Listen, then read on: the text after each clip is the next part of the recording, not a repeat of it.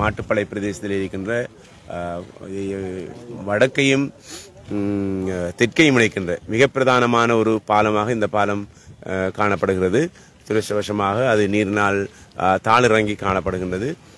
இது பாரிய அசௌகரியத்தை மக்கள் மத்தியிலே ஏற்படுத்தியிருப்பதை நாங்கள் பார்க்கலாம். நான் நினைக்கின்றேன் மிக நீண்ட தூரம் பயணிக்கின்ற ஒரு பாதை, குறிப்பாக புத்திவில் தமனை போன்ற பிரதேசம், அதுபோன்று அக்கரைப்பற்று அட்டாளச்சேனை போன்ற பிரதேசத்திலிருந்து நாட்டினுடைய கொழும்பு அதுபோன்று வடக்கு யாழ்ப்பாணம் போன்ற பிரதேசங்களுக்கு மக்கள் பயணம் செய்கின்ற மிக முக்கியமான ஒரு பாதையாக இந்த பாதை காணப்படுகிறது.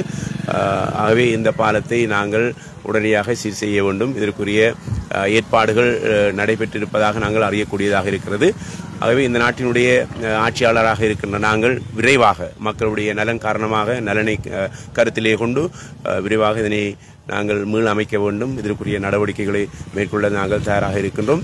இருந்தும் இதை விரைவாக செய்வதற்குரிய சந்தர்ப்பங்கள் இல்லாமை காரணமாக ஒரு டெம்பரரியான ஒரு அதாவது காலத்துக்கு ஏற்றாப்போல் ஒரு இலகுவான இன்னும் ஒரு மாற்றுப்பாதை ஒன்றை நாங்கள் உருவாக்கக்கூடியதாக இருக்கும்.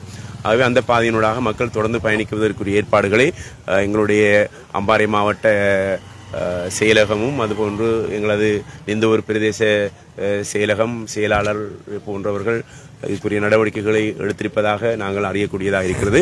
இருந்தாலும் அரசுக்கு நாங்கள் பூர்ண அழுத்தத்தை நாங்கள் கொடுக்க இருக்கின்றோம். விரைவாக இதற்குரிய ஏற்பாடுகள் நடைபெறும் என்று நாங்கள் நம்புகின்றோம். மக்கள் அசௌகரியமாக இருக்கிறார்கள், காணக்கூடியதாக இருக்கிறது. பொதுவாக இந்த பிரதேசத்தில் பாரிய பல்லாயிரக்கணக்கான ஏக்கர் காணி நிலங்கள் இருக்கின்றன. ஆகவே அதற்குரிய உள்ளீடுகள் வெளியீடுகளை கொண்டு செல்ல வேண்டி இருக்கின்றது. அது விவசாயிகள் மிகவும் அசௌகரியமான நிலையை நாங்கள் உணர்கின்றோம். அவை அவர்களுக்கு உண்மையாக நாங்கள் இனி வரும் காலங்கள் அறுவடை காலமாக இருக்க போகிறது.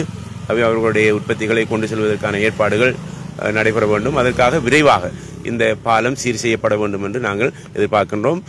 இதற்காக எங்களது அதாவது அரசிடம் கூறி அரசாங்கம் இதற்குரிய விரைவான ஏற்பாடுகளை செய்வதற்குரிய ஏற்பாடுகளை திகாமடுள்ள மாவட்ட பாராளுமன்ற உறுப்பினர் என்ற அடிப்படையிலே நான் இதற்கு மிச்சம் உறுதுணையாக இருந்து இதற்குரிய ஏற்பாடுகளை செய்வதற்கு நான் சித்தமாக இருக்கின்றேன்.